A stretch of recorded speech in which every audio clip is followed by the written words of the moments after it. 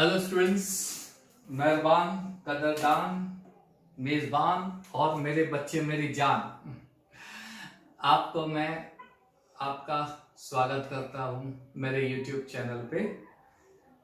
Students, हम लोग coordination compound की बात कर रहे थे। लास्ट वीडियो लेक्चर में हमने कोऑर्डिनेशन कंपाउंड का डिस्कशन किया था। उसमें हमने डबल सॉल्ट कॉम्प्लेक्स सॉल्ट के बीच में डिफरेंस देखा था कोऑर्डिनेशन कंपाउंड का इंट्रोडक्शन पार्ट करके। उसके बाद हमने कॉम्प्लेक्स सॉल्ट यानी जो कोऑर्डिनेशन कंपाउंड में जो कॉम्प्लेक्स सॉल्ट फॉर्म होते हैं उससे रिलेटेड कुछ थियरीज इनिशियल स्टेट पे कौन कौन सी थी वो हमने स्टडी की थी। इनिशियल स्टेट पे जो थियरी थी वो थी प्रेसिपिटेशन स्टडीज, आइसोमर स्टडीज और उसके अलावा एक और स्टडीज थी जो हमने देखा था लास्ट वीडियो लेक्चर में, और वो थी कंडक्शन स्टडीज, राइट। तो ये स्टडीज हमने लास्ट वीडियो लेक्चर में की थी। तो ये वीडियो लेक्चर में आगे बढ़ने से पहले be sure you watch my last video lecture. If not, first watch video lecture number 1 of coordination compound and then watch this video lecture. Clear? इस वीडियो लेक्चर में हम लोग कंप्लीट एक्सप्लेनेशन कोऑर्डिनेशन कंपाउंड के बारे में करेंगे। Werner's coordination theory हम लोग स्टडी करेंगे। वर्नर्स कोऑर्डिनेशन थियरी के पोस्टुलेट्स क्या थे और उससे रिलेटेड कुछ एग्जांपल्स करेंगे। And then we will see some important terms which are included in coordination compound.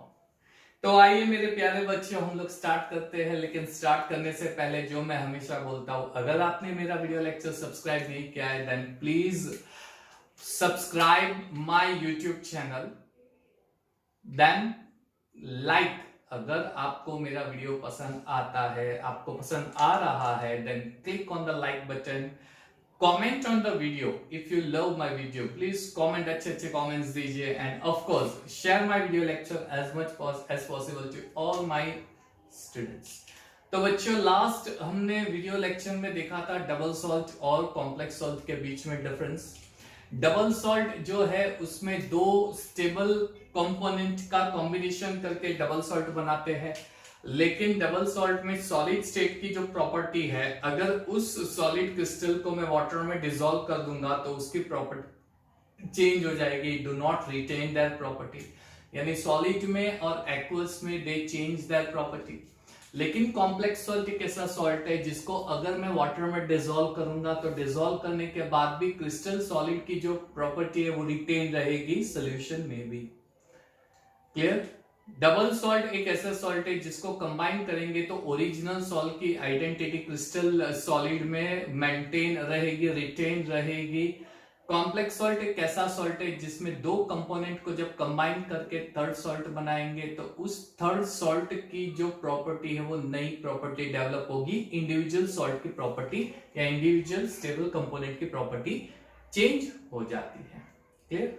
फिर हमने देखा कॉम्प्लेक्स कंपाउंड जो थे उसकी इनिशियल स्टेज पे स्टडीज, प्रेसिपिटेशन, AgNO3 डाल के कोबाल्ट कंपाउंड का जो स्टडी था वो, फिर conduction study, number of ions पता चला था, और फिर आइसोमर स्टडीज, राइट। तो बच्चों, आज हम बात करने वाले हैं वर्नर्स कोऑर्डिनेशन थियरी की। Werner's coordination theory. In 1892 Werner started his research on coordination compound. He gave a coordination theory. He proposed some postulates of coordination theory, and for that he got Nobel Prize also in 1912. जो हम कभी कोई किसी field में excellent work करते हैं science field में तो you get a Nobel prize. आपको पता ही है, बेसिक क्या पढ़ा रहा हूं मैं भैया। चलिए कोई बात नहीं। Werner's coordination theory. वर्नर ने प्रेसिपिटेशन स्टडीज, वर्नर ने कंडक्शन स्टडीज, आइसोमर स्टडीज का सारा बेस स्टडी किया जो केमिस्ट ने दिया था, और सब कुछ स्टडी किया उसने कोबाल्ट कॉम्प्लेक्स को लेके। उसने कोबाल्ट का कॉम्प्लेक्स का पूरा डिटेल स्टडी किया और उस कोबाल्ट कॉम्प्लेक्स के स्टडी पे से उसने कुछ पोस्टुलेट्स प्रपोज किए थे। So first of all, we are going to see some postulates of Werner coordination theory. Werner coordination theory के postulate बहुत ही सिंपल है। Postulate number 1, जब भी कोई coordination compound बनता है, in coordination compounds, whenever a coordination compound is formed, in coordination compound, जब भी एक कोऑर्डिनेशन कंपाउंड बनता है तो उसके अंदर जो मेटल एटम होते हैं वो दो तरह की वैलेंसी ऑक्यूपाई करते हैं. Metal atom exhibit two valency. Metal atom exhibits two valencies. Two valencies. Metal atom exhibit two valency. वो दो वैलेंसी एग्जिबिट करेगा. Valency number 1 it is primary valency. Valency number 2 it is secondary valency. Clear? Valency number 1 primary valency. इसको start कर देते हैं. चलिए secondary valency. सबसे पहले we will talk about primary valency.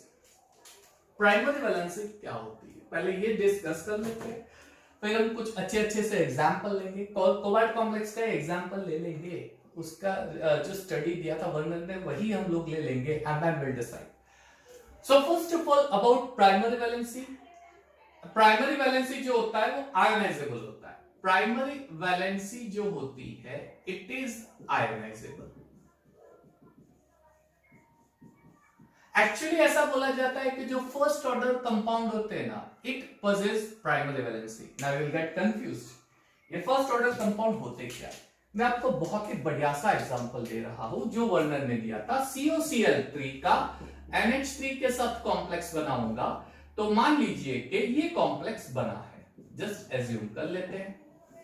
तो इसके अंदर ये जो है ये फर्स्ट ऑर्डर कंपाउंड है और ये जो है ये सेकेंड ऑर्डर कंपाउंड है. तो बेसिकली जो फर्स्ट ऑर्डर कंपाउंड होता है उस फर्स्ट ऑर्डर कंपाउंड में मेटल एटम की जो वैलेंसी होती है वो प्राइमरी वैलेंसी.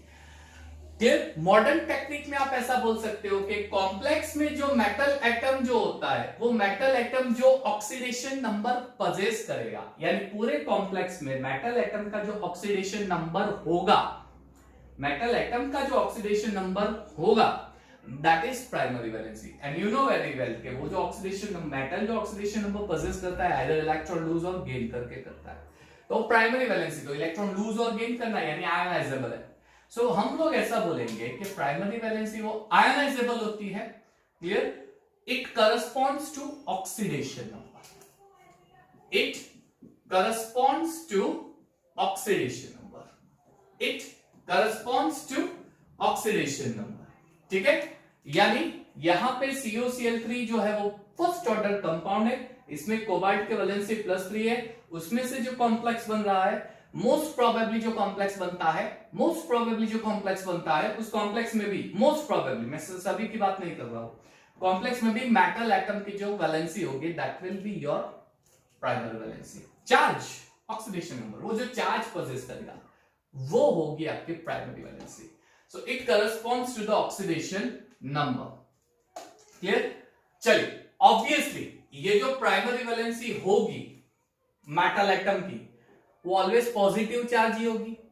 ऑब्वियस है. यहां पे कोबाल्ट का चार्ज क्या है +3. यहां पे भी ऑलमोस्ट +3 ही है. चार्ज +3 ही है. तो ये जो चार्ज है positive charge it is always satisfied by negative ion.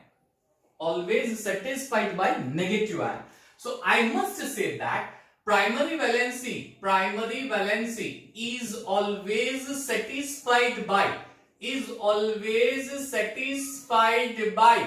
is always satisfied by negative ions.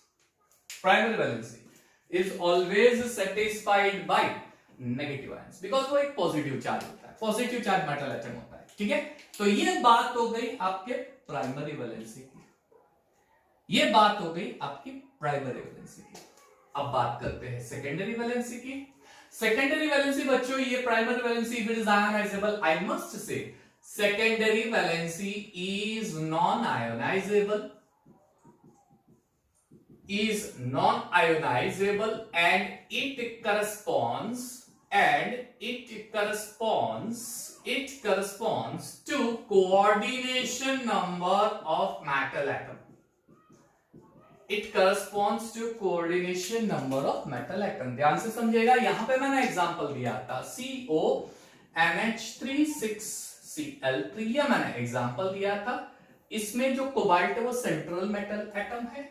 इसके सराउंडिंग 6 एमोनिया है.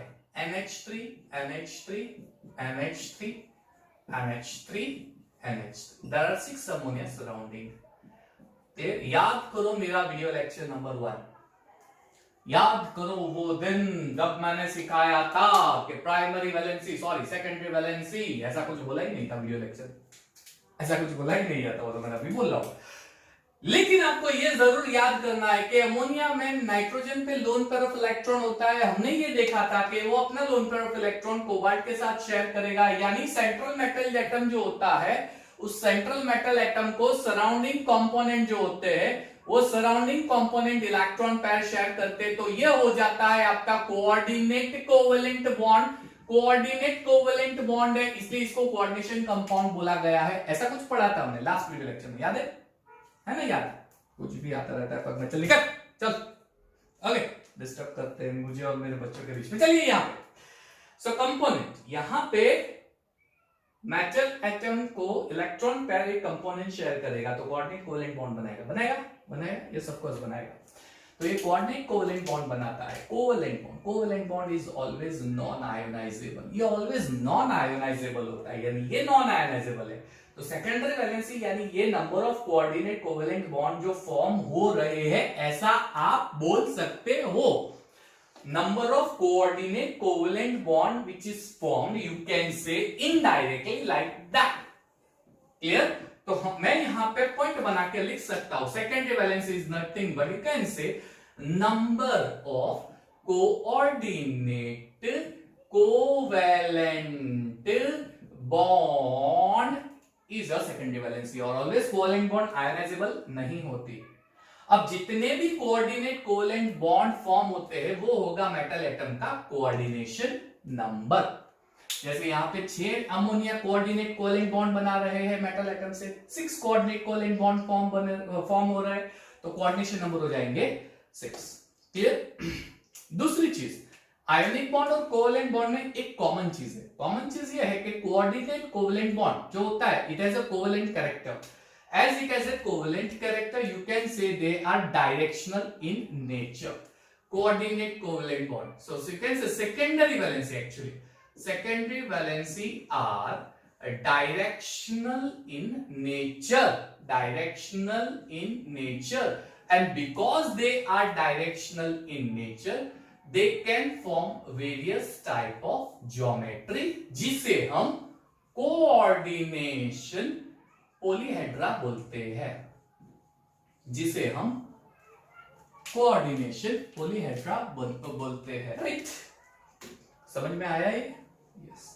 और एक लास्ट पॉइंट इसका याद रखना, कोऑर्डिनेशन ज्योमेट्री, जैसे मैंने कोबाल्ट का एग्जांपल, आपको पता है लास्ट वीडियो लेक्चर में वो मैंने कार्डबोर्ड वाला दिखाया था, कार्डबोर्ड पे होल करो, बीच में पेंसिल डालो, घुमाओ, हाँ तो वो एक स्पेसिफिक ज्योमेट्री हो जाती है। तो मैंने अभी बोला geometry coordination polyhedra. And last point, बहुत इंपॉर्टेंट पॉइंट है, secondary valency it is satisfied by negative ion also and it can be satisfied by neutral molecules also and there are some limitation with positive molecules. Certain example है nitrosonium ion, NO+, NO2+, ऐसे कुछ example है। ऐसे एक दो example ही है जिसमें positive valencies वाले भी मॉलिक्यूल होते हैं जो सेंट्रल मेटल एटम से कोऑर्डिनेट कोवेलेंट बॉन्ड बनाएंगे। ठीक है? तो ये है सारे पोस्टुलेट्स वर्नर्स कोऑर्डिनेशन थ्योरी के। क्लियर? वर्नर्स कोऑर्डिनेशन थ्योरी के पोस्टुलेट में postulate number 1, central metal atom it forms 2 type of valencies in a coordination compound, primary and secondary. Primary secondary जो है वो आयनाइजेबल होती है, it correspond to oxidation number. Clear? And primary valency is satisfied by negative oxidation number, यानी उसमें जो metal का charge होगा, राइट, पॉजिटिव चार्ज होगा। अब मेटल का पॉजिटिव चार्ज होता है so it is always satisfied by negative ions. Clear? Secondary valency non ionizable होती है and it is always correspond to coordination number of metal atom, यानी जितने भी आप बोल सकते हो कि जितने भी कोऑर्डिनेट कोवेलेंट बॉन्ड फॉर्म हो रहे हैं that is your secondary valency. Clear? Secondary valency जो होती है वो डायरेक्शनल इन नेचर। आज बहुत ही खुली आ रही है भैया, क्या हुआ? चलिए, it is always directional in nature and geometry it forms specific geometry जिसे हम बोलते हैं कोऑर्डिनेशन पॉलीहेड्रा। ठीक है? आइए, तो वर्नर ने हमें जो एग्जांपल दिए थे उससे रिलेटेड हम लोग कुछ स्ट्रक्चर्स बना के ट्राई करते हैं।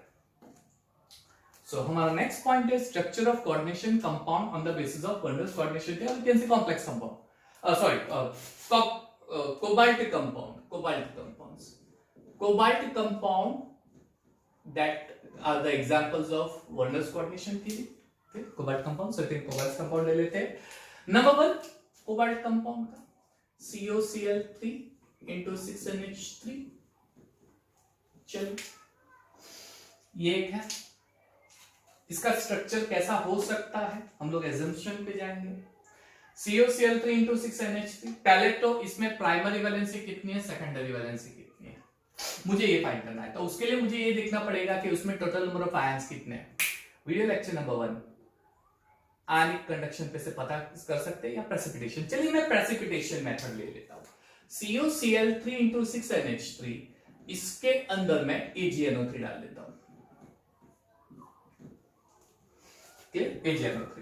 अब अगर मुझे 3 मोल्स ऑफ AgCl मिलते हैं, यानी सारे Cl जो है वो कॉम्प्लेक्स का पार्ट नहीं है. कॉम्प्लेक्स का पार्ट होना यानी स्क्वायर ब्रैकेट का पार्ट होना, क्लियर, उसके बाहर है, कॉम्प्लेक्स के बाहर. ये मैं थोड़ी देर में समझाता हूं. अगर उसमें से सिर्फ 2 मोल ऑफ AgCl मिले तो 2 Cl कॉम्प्लेक्स का पार्ट नहीं होगा, सिर्फ एक होगा. Clear, etcetera etcetera. अगर मैं ये कॉम्प्लेक्स लेता हूं तो मुझे 3 मोल्स ऑफ AgCl मिलते हैं. इसका मतलब ये हुआ कि सारे के सारे Cl आयोनाइजेबल है. सारे के सारे Cl आयोनाइजेबल है यानी वो स्क्वायर ब्रैकेट के बाहर है. यानी कुछ ऐसा कॉम्प्लेक्स लिखेंगे CO NH3 6Cl3, ऐसा लिखेंगे. यानी 3 मोल्स AgCl के प्रेसिपिटेट मिले. ये कब पॉसिबल है, जब सारे Cl जो है वो आयोनाइज, और जो भी आयोनाइज पार्ट होता है वो स्क्वायर ब्रैकेट का पार्ट. तो ये पार्ट कॉम्प्लेक्स पार्ट हो गया और ये हो गया उसके बाहर का पार्ट. क्लियर, उसके बाहर का पार्ट. तो उसके बाहर का पार्ट Cl हो गया. ये सारे आयोनाइजेबल है, यानी कोबाल्ट और क्लोरीन जो है वो आयोनाइजेबल पार्ट इंडिकेट करेंगे. इसमें कोबाल्ट का जो चार्ज होगा वो प्राइमरी वैलेंसी फाइंड कर लेते हैं. चलिए प्राइमरी वैलेंसी कितनी होगी यहां पे, तो क्लोरीन -1 होती है, इसलिए ये हो जाएगा -3. एक क्लोरीन -1, 3 क्लोरीन -3. अमोनिया तो खैर न्यूट्रल है और न्यूट्रल का तो 0 ही होने वाला है. अमोनिया न्यूट्रल होता है, न्यूट्रल का 0 होता है. अब ये पूरा कॉम्प्लेक्स न्यूट्रल है, पूरा कॉम्प्लेक्स है ना, कोई चार्ज नहीं है. और ये कब पॉसिबल है, जब कोबाल्ट भी +3 होगा. न्यूट्रल का मतलब ये है कि इसका टोटल चार्ज 0 होना चाहिए. टोटल चार्ज यानी इसका मुझे टोटल चार्ज 0 बनाना है. 0 कैसे बनेगा, अगर ये -3 है तो ये भी हो जाएगा +3. तो +3 -3 हो जाएगा 0, पूरा न्यूट्रल. यानी यहां पे प्राइमरी वैलेंसी हो गई +3, कोबाल्ट +3. 6NH3 है, यानी इसकी सेकेंडरी वैलेंसी कितनी हो जाएगी, तो 6NH3. इसकी सेकेंडरी वैलेंसी हो जाएगी 6. क्या ऑलवेज सेकेंडरी वैलेंसी 6 ही होती है, नहीं, वो कुछ एग्जांपल हम बाद में देखेंगे, 6 नहीं होती. ठीक है, सेकेंडरी वैलेंसी हो जाएगी 6. Is that clear. इसका मतलब ये हो गया. अब अगर मुझे इस कॉम्प्लेक्स को बनाना है तो मैं कैसे बनाऊंगा, मैं कुछ ऐसे रिप्रेजेंट करूंगा. कहां गई मार्कर्स, आ जा तू यहां पे. चल, cobalt NH3 NH3 NH3 NH3 NH3 NH3 हो गया. ये ऐसे हो गया, ठीक है ना, ऐसे हो गया. चलिए अब इसके अंदर 3 क्लोरीन बाहर की ओर है, तो मैं उसको डॉटेड लाइन से दिखा देता हूं. ये क्लोरीन कॉम्प्लेक्स के बाहर का पार्ट होगा, ये क्लोरीन कॉम्प्लेक्स का बाहर का पार्ट होगा, ये क्लोरीन कॉम्प्लेक्स का बाहर का पार्ट होगा. कुछ ऐसा दिखा देते हैं, ठीक है, कुछ इस तरह से. ओके, इसको मैं ऐसे भी दिखा सकता हूं. चलिए कुछ इस तरह से दिखाएंगे तो और भी मस्त ज्योमेट्री जैसे दिखेगी. ये कुछ ऐसा कॉम्प्लेक्स बन सकता है इसमें, है ना. क्लियर, कोऑर्डिनेशन कंपाउंड कुछ इस तरह से आप फाइंड कर सकते हो. यानी अगर आपको एक कॉम्प्लेक्स दे देते हो, उस कॉम्प्लेक्स में प्राइमरी वैलेंसी कितनी है, सेकेंडरी वैलेंसी कितनी है, आप फाइंड कर सकते हो as per the number of ions. एक और एग्जांपल ले लेता हूं. चलिए I take one more example. COCl3 into 5NH3. चलिए अब इसके अंदर मैं डाल देता हूं AgNO3 डालने से मुझे 2 मोल ऑफ AgCl मिलेगा. अब अभी मैंने बताया कि जितने मोल प्रेसिपिटेट मिलते हैं वो उतने आयंस के फॉर्म में कॉम्प्लेक्स के बाहर होते हैं. यहां पे है 3 क्लोरीन, मुझे मिले 2 mole of AgCl. 2 mole of AgCl के प्रेसिपिटेट यानी 2 मोल Cl. तो 3 में से 2 Cl कॉम्प्लेक्स के बाहर होगा, 1 Cl कॉम्प्लेक्स के अंदर होगा। ठीक है, यानी ये कॉम्प्लेक्स कुछ इस तरह से लिखा जाएगा, CO NH3 तो है कॉम्प्लेक्स का ही पार्ट, क्योंकि वो आयनाइज नहीं है, वो प्रेसिपिटेट नहीं बना रहा है, इनटू Cl, और 2 Cl जो है वो बाहर हो जाएंगे। इसका मतलब ये हुआ कि इस केस में NH3 भी अपने इलेक्ट्रॉन CO को डोनेट कर रहा है, Cl भी अपना इलेक्ट्रॉन CO को डोनेट कर रहा है। अब मैं इसका कॉम्प्लेक्स बनाता हूं, चलिए क्लियर, कॉम्प्लेक्स बनाता हूं। कॉम्प्लेक्स कैसे बनेगा, 1 2 3 4 5 6, ये NH3 हो जाएगा, this will be your NH3, this will be your NH3, this will be your NH3, this will be your NH3, this will be your NH3। हाँ 6, अरे 6 बना दिए, 6, 5 ही है, 5 ही है तो एक निकाल दो और उसकी जगह पे डाल देता हूं Cl। इसका मतलब 5 एमोनिया सेंट्रल मेटल एटम को इलेक्ट्रॉन पेयर डोनेट करेगा, एक क्लोरीन डोनेट करेगा। तो बाकी के 2 क्लोरीन कैसे होंगे, तो एक क्लोरीन को मैं इस साइड बता देता हूं, दूसरे क्लोरीन को इस साइड दिखा देता हूं। क्लियर एकदम, ये मैं सिर्फ ऐसी पॉसिबिलिटी दिखा रहा हूं, पॉसिबिलिटीज बहुत सारी होती है, वो हम आइसोमर्स में स्टडी करेंगे। फिलहाल हम बेसिक लेवल से ये पॉसिबिलिटी समझ लेते हैं।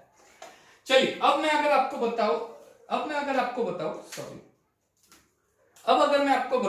कि यहां पे कितने प्राइमरी वैलेंसी होगी, कितनी सेकेंडरी वैलेंसी। चलिए प्राइमरी वैलेंसी कितनी होगी, तो Cl का चार्ज -1 होता है तो -2। अब ये Cl आप बोलेंगे कॉम्प्लेक्स का अंदर का पार्ट है इसलिए नॉन आयनाइजेबल है। हाँ करेक्ट, नॉन आयनाइजेबल है, लेकिन उसका चार्ज तो -1, ऑक्सीडेशन नंबर तो -1 ही होता है ना, वो न्यूट्रल थोड़ी होता है। NH3 न्यूट्रल है, so 0 -1। Clear, just a minute. Okay, थोड़ा प्रॉब्लम हो गया था, so I was checking out that.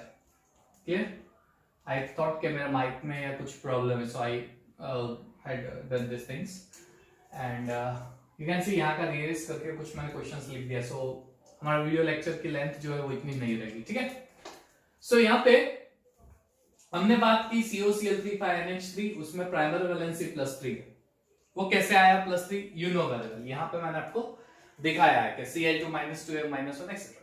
What about secondary valency, चलो सेकेंडरी वैलेंसी कितनी है, तो NH3 जो है यहाँ पे आप काउंट कर लो, NH3 1 2 3 4 5 NH3, वो 5 कोऑर्डिनेट कोवेलेंट बॉन्ड बना रहा है, एंड 1 Cl, एक Cl कोऑर्डिनेट कोवेलेंट, यानी total number of coordinate covalent bond बन रहा है 6। सो सेकेंडरी वैलेंसी हो जाएगी 6। इसे हम coordination number of central metal atom भी बोलते हैं, सेंट्रल मेटल एटम का कोऑर्डिनेशन नंबर। तो कोऑर्डिनेशन नंबर क्या है, एक्सेट्रा एक्सेट्रा, बहुत सारे क्वेश्चंस है, that will clear it. Okay, थोड़ी देर में हम लोग क्लियर कर देंगे। नाउ एक और एग्जांपल ले लेता हूं and then we'll move on to this question, sorry, we'll take one more example, COCl3 into 4NH3। चलिए COCl3 into 4NH3, COCl3 into 4NH3। तो क्वेश्चन ये है कि इसमें Cl कितने आयंस बनाएगा, आयनाइजेबल कितने होंगे Cl, क्लियर, और Cl कितने कॉम्प्लेक्स का पार्ट बनाएगा, एक्सेट्रा एक्सेट्रा। तो again same, add 1 mole of AgNO3, by adding 1 mole of AgNO3 you will get 1 mole of AgCl only 1 mole of AgCl is obtained over here। यहां पे सिर्फ आपको 1 मोल AgCl मिलेगा। अच्छा, ये 1 मोल ऑफ AgCl क्या indicate कर रहा है, it indicates that Ag 3 Cl में से सिर्फ 1 मोल Cl के साथ कंबाइन होकर प्रेसिपिटेट बनाएगा, यानी 3 में से 1 Cl आयोनाइजेबल है, बाकी 2 Cl कॉम्प्लेक्स का पार्ट होगा, वो कॉम्प्लेक्स के अंदर होगा।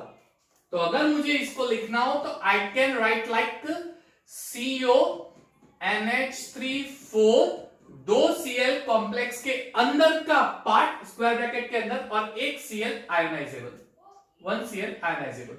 क्लियर, सही तरीके से लिख देते हैं। चलिए अब इसका डायग्राम बना लेते हैं। 4 NH3 1 Cl, यानी 6 बनाने पड़ेंगे। 1 2 3 4 5 6, 1 NH3 NH3 NH3 NH3 NH3 NH3 right, अरे 6 NH3 हो गए, सॉरी 4 ही है, तो बाकी के 2 Cl होंगे, बहुत सिंपल है, बाकी के 2 Cl। और ये वाला जो एक Cl है ये आयनाइजेबल है, उसको मैं रेड कलर से दिखा देता हूं, ये आयनाइजेबल है, Cl के साथ जो कंबाइन है वो आयनाइजेबल पार्ट है। क्लियर, समझ में आ रहा है ना सबको, बहुत ही आसान है ये समझने के लिए।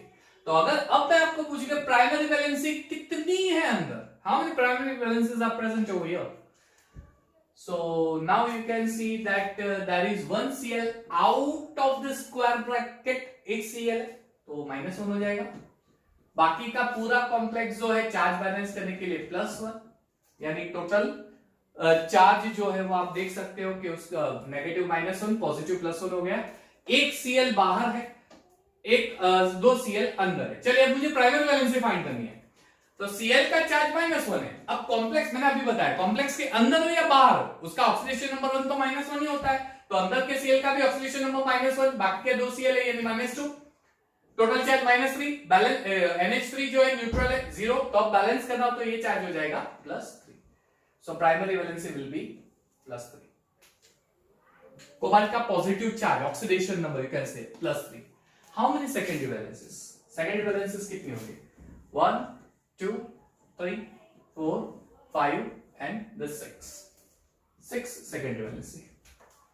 यहां पे एक और चीज आप फाइंड कर सकते हो, टोटल नंबर ऑफ आयंस, जैसे मैंने बताया टोटल नंबर ऑफ आयंस कितने हैं, एक Cl का नेगेटिव आयन, एक पूरे कॉम्प्लेक्स का पॉजिटिव आयन, टोटल 2 आयन होंगे।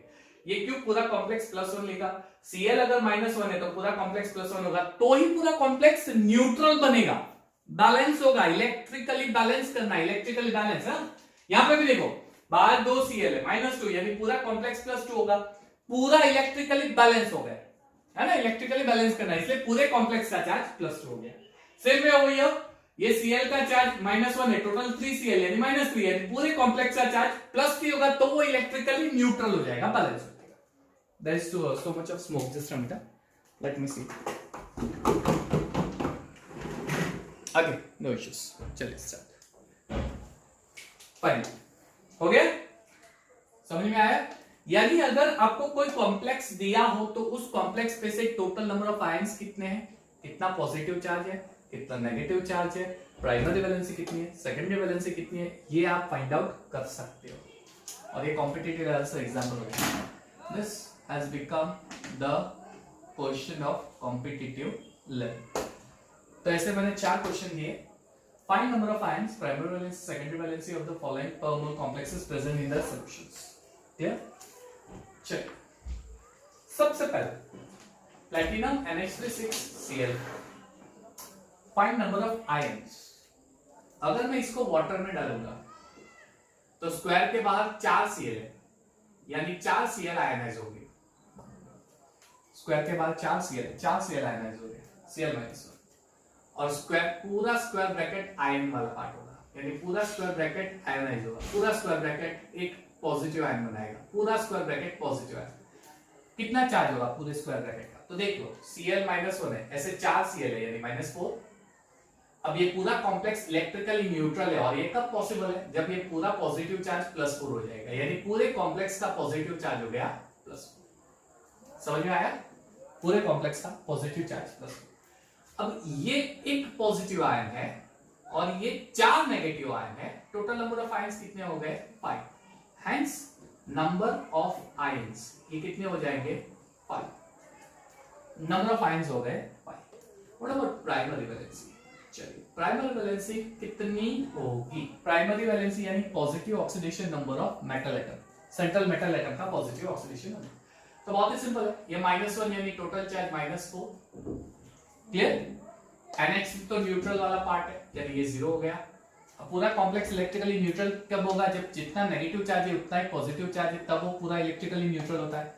नेगेटिव चार्ज -4 है, यानी टोटल पॉजिटिव चार्ज +4 हो गया, तो कॉम्प्लेक्स इलेक्ट्रिकली न्यूट्रल, यानी यहाँ पे प्लैटिनम जो है उसका ऑक्सीडेशन नंबर हो गया +4, वैलेंसी प्राइमरी +4। कितना आसान है ना, कितना आसान है, बहुत ही आसान है। You can find out this one, positive oxidation number, and last one, yes, secondary valency यानी coordination number, ये है the oxidation number of central metal atom. Now secondary valency, that is your coordination number. Secondary valency कितनी है, NH3 कितनी है, 6 है, 6 NH3, 6 NH3 है ना, तो इसके जैसे ही होगा प्लेटिनम, ये वाला पार्ट हमने देखा है, CO की जगह प्लेटिनम डालो, तो ये 1 2 3 4 5 6, so coordination number will be 6, secondary valency 6, coordination number 6, secondary valency 6, coordination number 6, बहुत सिंपल है ना, क्लियर एकदम। चलिए अब नेक्स्ट वाला पार्ट, नेक्स्ट क्वेश्चन, इसमें टोटल नंबर ऑफ आयंस कितने हैं, वाटर डाल लो H2O, बाहर कितने Cl है, एक ही Cl है, यानी एक ही नेगेटिव आयन बनेगा, इसका मतलब ये पूरा कॉम्प्लेक्स पॉजिटिव आयन बन गया, पूरा कॉम्प्लेक्स CO Cl2 NH3 पूरा कॉम्प्लेक्स पॉजिटिव आयन बन गया, और इसका चार्ज कितना होगा, अगर एक Cl है उसका -1 चार्ज है, अब पूरा कॉम्प्लेक्स अगर सॉरी पूरा कंपाउंड इलेक्ट्रिकली न्यूट्रल है, तो वो कब पॉसिबल है, जब ये भी पॉजिटिव होगा, ये +1 होगा, सॉरी ये भी +1 होगा, यानी negative charge -1, positive charge +1, compound electrically neutral. Total number of ions, एक नेगेटिव है एक पॉजिटिव है, टोटल नंबर ऑफ आयंस हो गए 2, देयरफॉर पहला क्वेश्चन, नंबर ऑफ आयंस कितने हो जाएंगे, नंबर ऑफ आयंस हो जाएंगे 2, है ना, नंबर ऑफ आयंस हो जाएंगे। व्हाट अबाउट प्राइमरी वैलेंसी, यानी positive oxidation state of central metal atom, oxidation number of central metal atom, चलिए इसका ऑक्सीडेशन नंबर Cl-1, ये तो 0 होगा, Cl2 चाहे कॉम्प्लेक्स का पार्ट हो बाहर हो, उसका ऑक्सीडेशन नंबर -1 ही होता है, तो -1 यानी 2 Cl है तो -2, टोटल चार्ज कितना हुआ, negative total charge, total negative charge -2 -1 -3, जितना नेगेटिव है उतना ही पॉजिटिव होगा, तो ये हो जाएगा +3, यानी प्राइमरी वैलेंसी +3, सेकेंडरी वैलेंसी कितनी होगी, तो इट विल बी काउंट कर लो 4 NH3 है, ये रहा पार्ट, आई गेस मैंने ये दिखाया है, ये रहा 2 Cl 4 NH3, सेकेंडरी वैलेंसी 6 हो जाएगी, यानी coordination number is 6, secondary valency is 6, आसान, बढ़िया। चलिए तो ये दो अपने आप करो, पॉज कर दो, फाइंड आउट करो आंसर, चलो क्या हुआ, आंसर मिल गया आंसर, चलिए देखते हैं आंसर क्या होता है, इसको मैं वाटर में डालता हूं H2O, fine, it will be NiH2O 6 time plus 2 Cl minus,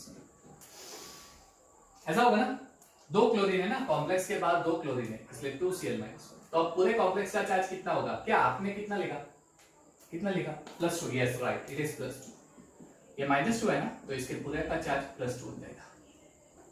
अब टोटल नंबर ऑफ आयन कितना है, तो पूरा पॉजिटिव चार्ज तो एक ही है, भले चार्ज +2 है, लेकिन +2 वाला आयन तो एक ही है ना, ये +2 वाला एक ही आयन है, +2 वाला एक है, लेकिन नेगेटिव वाला 2 आयन है, तो टोटल नंबर ऑफ आयंस कितने होंगे 3, राइट, एक पॉजिटिव तो नेगेटिव, तो number of ions it will be 3, number of ions हो गए 3।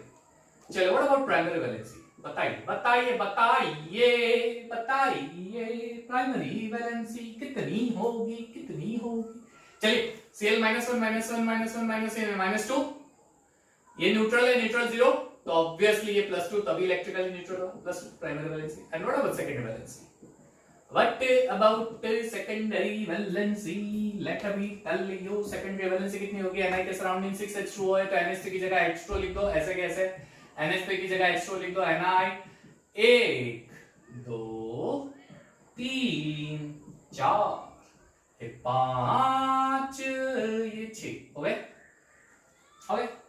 है ना, यानी यहां पे सेकेंडरी वैलेंसी हो जाएगी 6, कोऑर्डिनेशन नंबर हो गया 6, कितना आसान है ना, कितना आसान, और सेकंड वाला भी आपने कर ही दिया होगा, मुझे पता है, my students are very smart, उनको बहुत अच्छा आता है, पढ़ाने वाला इतना अच्छा है, राइट, खुद के मुझसे खुद की तारीफ, यस अच्छा लगता है मुझे। चलिए H2O, अगर इसमें H2O डालूंगा तो ये आयन बना देगा +2 Cl माइनस, ये पॉजिटिव चार्ज प्लेटिनम NH3O, चलिए तो ये हो जाएगा +2, ये -2, ये +2 क्यों हुआ, क्योंकि टोटल नेगेटिव -2, टोटल पॉजिटिव +2, लेकिन पॉजिटिव का तो एक ही आयन है, नेगेटिव के 2 आयन है, टोटल नंबर ऑफ आयंस 3, तो हमारा answer number of ions 3, number of ions 3, primary valency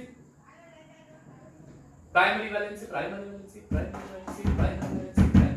ये -1 -1 -2 ये 0, चलो ये हो गया +2, ठीक है, +2 क्लियर। सेकेंडरी वैलेंसी NH3 4 है, सिर्फ 4 NH3 है, यानी इसका कोऑर्डिनेशन नंबर हो जाएगा 6, that is your secondary valency, है ना। इसका डायग्राम कुछ ऐसा बनेगा, देखो यहां पे लिखा था पहले हीलियम NH3 आंसर NH3 ऐसे दिखाता हूं, फिलहाल ऐसे दिखा रहा हूं, राइट। उसकी ज्योमेट्री कुछ और बन सकती है, वो मैं डिस्कस नहीं कर रहा हूं, will discuss in later video, फिलहाल ऐसे दिखा रहा हूं 4 NH3। तो इस तरह से आपको कॉम्पिटिटिव लेवल पे क्वेश्चन आ सकते हैं। प्राइमरी वैलेंसी कितनी है, सेकेंडरी वैलेंसी कितनी है, टोटल नंबर ऑफ आयंस कितने फॉर्म होते हैं, कोऑर्डिनेशन नंबर क्या है, ऑक्सीडेशन नंबर क्या है, ब्ला ब्ला ब्ला ब्ला ब्ला, सो मेनी क्वेश्चंस। ये पूरा वर्डनेस कोऑर्डिनेशन थ्योरी, ठीक है। लेकिन ये तो सिर्फ शुरुआत है, पिक्चर बाकी है मेरे दोस्त, यस, क्योंकि अभी तक तो आपने कोऑर्डिनेशन कंपाउंड की शुरुआत की है, अभी तक तो उसकी बेसिक टर्म स्टडी करनी है, फिर उसका आयोगेशन नोमेनक्लेचर स्टडी करना है, आइसोमरिज्म स्टडी करना है, क्रिस्टल फिल्ड थ्योरी आएगी, ये आएगा वो आएगा, क्या क्या आएगा देखते जाइए मेरे अगले वीडियो लेक्चर तक। यहाँ पे मैं एंड कर रहा हूँ, थोड़ा बहुत इशू है यहाँ पे, इसलिए मुझे जाना पड़ेगा। सो मुझे पता है मैं एक और टॉपिक करवाने वाला था, some important terms of coordination compound, मैंने स्टार्टिंग वीडियो लेक्चर में बोला ही है, लेकिन कुछ इशू की वजह से मुझे जाना पड़ रहा है, वो मेरे नेक्स्ट वीडियो लेक्चर में आपको देखेंगे, some important terms of coordination compound, right. So यहाँ पे हम लोग एंड कर रहे हैं। लॉकडाउन को आप सपोर्ट कीजिए, ध्यान रखिए कोरोना ज्यादा स्प्रेड नहीं हो, क्लियर, आप बचिए, मेरे बच्चे सेफ रहेंगे, I will be happy for that. And yes, please subscribe my channel. Bell button को जरूर क्लिक करना, so that you will get notification of my new video lecture. And of course, like और comment जरूर कीजिएगा, ठीक है। So stay safe, stay healthy, and thank you.